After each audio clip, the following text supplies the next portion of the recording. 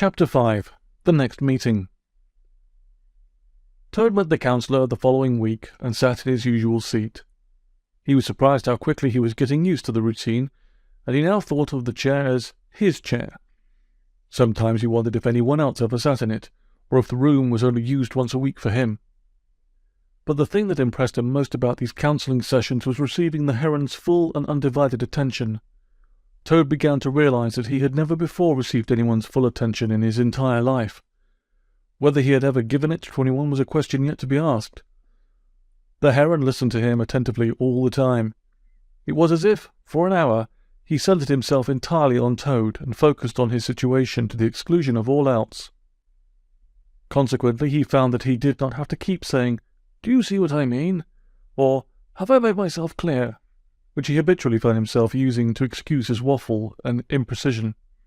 Providing that he, Toad, found the words to describe what he was thinking, the heron listened and understood, but when he failed to understand, he would say so, and then Toad would be forced to be more precise and search for other words and expressions which would convey his meaning more exactly. Somehow the way in which the heron listened to him and prodded him with questions enabled him to bring all sorts of thoughts and feelings to consciousness. Gradually he was beginning to explore and examine aspects of himself of which previously he had been unaware.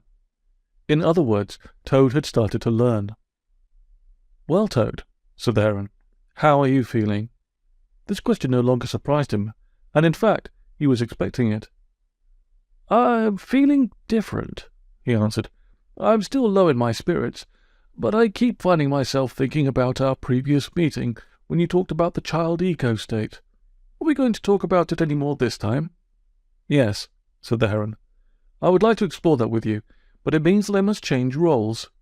"What do you mean?" asked Toad. "It means," replied the heron, "that I shall behave differently. If I am to teach you about the child state, I must take on the role of the teacher. One of the differences will be that I shall be in a telling mode, rather than a listening mode. If I successfully teach you about the child ego state, then you will be able to use those ideas to explore your own self and your own experience. Remember, there is nothing so practical as a good theory." As Toad was trying to puzzle out just what that meant, the heron stood up and went to the flip chart. "The child ego state," he began, "is made up of the archaic relics of our childhood. It consists of all the emotions we experienced when we were little. You must remember that at birth, we start out with only the very basic emotions. In our early years, these gradually develop into more subtle and complex patterns of behavior which become central to our very self and form part of us, defining our behavior for the rest of our lives. The result is that now, in particular situations and circumstances which are different for each of us, we respond automatically from that basic position. Once again, we act and feel like the child we once were."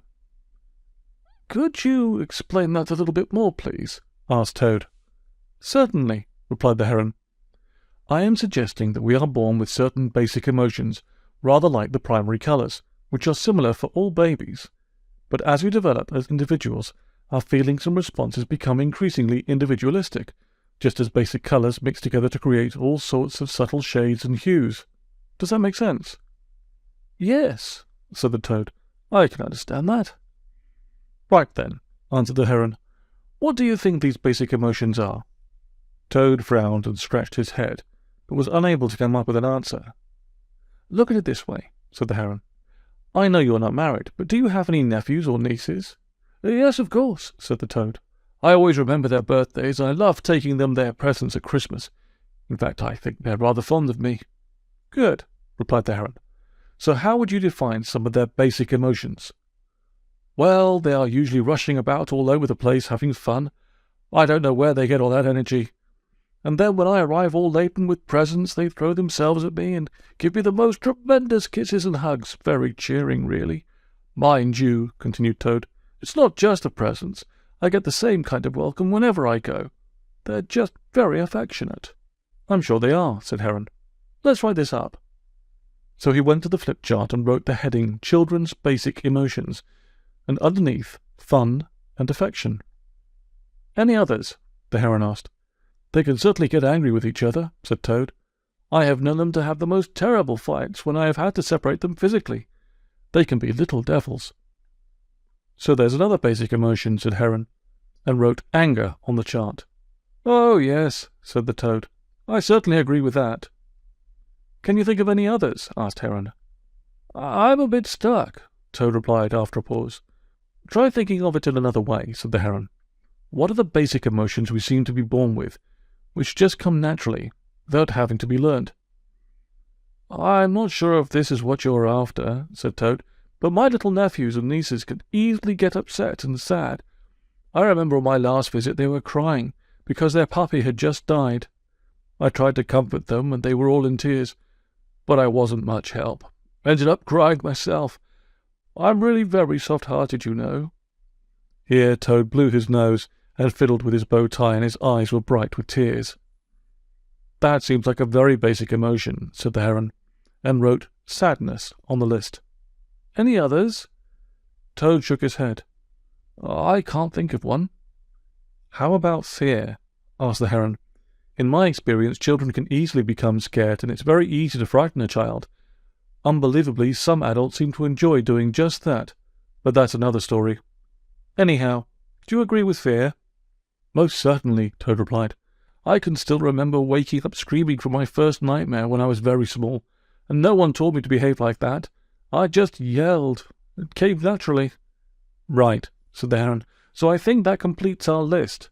And he added fear to it. So this was what was finally written on the flip chart. Children's basic emotions: fun and affection, anger, sadness, fear. All of these emotions added together make up what is called the natural child, and this forms a significant part of the total child ego state, said the counsellor. "So," said Toad, "when I see someone being affectionate or getting angry or sad or frightened, I can say they are in their natural child. Is that right?" "Exactly," said the Heron, "although anger is more complex, and we shall learn more about that particular emotion later on." "And people can be in their child state no matter how old they are?" asked Toad. "Most certainly," replied the Heron. "People get into their child state and feel and act exactly the same as they did when they were little, quite irrespective of their chronological age." There was a long silence as Toad fell into deep thought. Finally he spoke. "I think," he said, "that I am often in the child ego state," and lapsed back into silence. "But," said the Heron, "that's only half the picture." "What do you mean?" said Toad. "Is there more to be said about the child ego state?" "There certainly is," replied Heron. "A great deal more.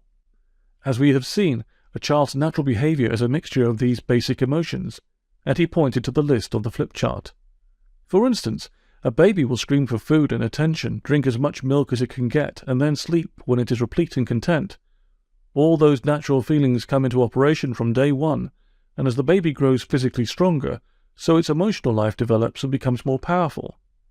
But there are other factors which come into play, and the most important of these is the baby's parents. They impinge on its consciousness right from the beginning. Almost everything the baby does causes some response from its mother or father, and these have a profound influence on the child. Usually a mother responds to her baby's cries with love and comforting behavior, but parents can act in an unloving way.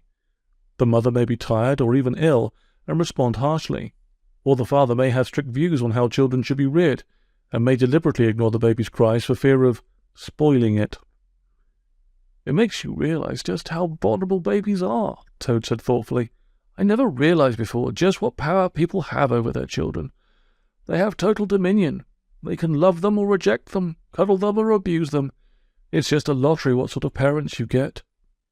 He sat very quietly, thinking deeply about his own childhood, trying to remember what it felt like. After a while the Heron spoke again. "You're quite right, Toad," he said.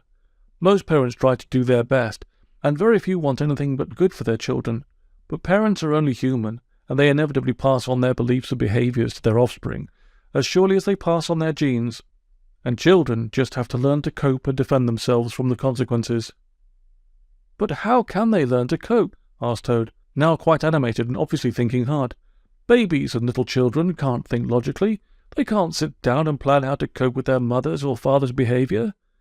He said this quite strongly, as if he was dealing not with an abstruse point of child psychology, but with something deeply personal, as indeed he was. "Well, of course a baby or infant can't think through these issues logically or consciously," said Heron, but what they do is learn through experience. This kind of learning involves not just our brains, but our total self.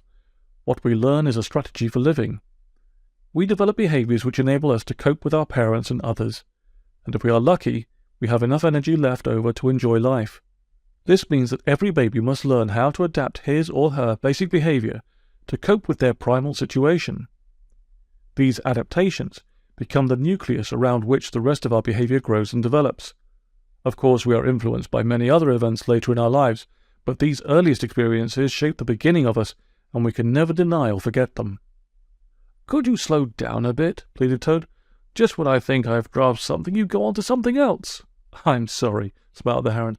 "I know that I tend to go on a bit about this, but I believe it to be of the greatest importance. In all our work together, Toad, understanding your childhood is the key to understanding yourself. As Freud said, where there is id, there shall ego be. But I'll explain that later. Now, Toad, what is it in particular that you did not understand?" "You said that as we learn to cope with our lives as infants, we have to make adaptations to our natural behavior. What does that mean?" "That's an excellent question," answered Heron. "Let me answer by telling you a short story. It's science fiction, so you can let your imagination run free. Imagine a small planet on which there are only 3 living beings, yourself and 2 others. These 2 other beings are more than twice your height, and you are completely dependent on them for everything. This includes not only your food, but also your emotional needs. Usually they treat you well, and then you respond by loving them. But sometimes they get angry with you, and this makes you feel frightened and unhappy. And because they are so big and powerful, you feel helpless. What do you think about that?" "I don't much like that story," answered Toad. "If that was me, I would build a spaceship and escape from those 2 creatures as fast as I could." "Unfortunately, you can't escape, so you are just going to have to put up with the situation and learn how to cope as best you can."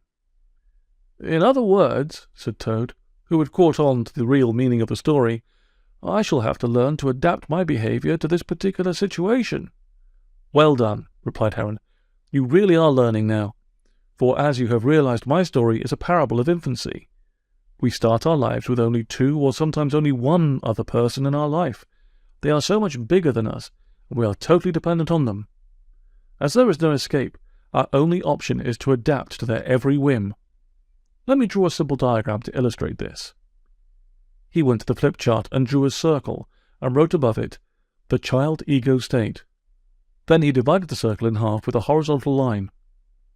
In the top half he wrote, "Natural child." In the bottom half he wrote, "Adapted child." "Now, Toad," said Heron, "we must finish here. It's been a very full session, and I am sure it has given you a lot to think about. So let me give you some homework for our next meeting." "Oh, no," said Toad, looking quite anxious. "Not homework. I always hated doing prep.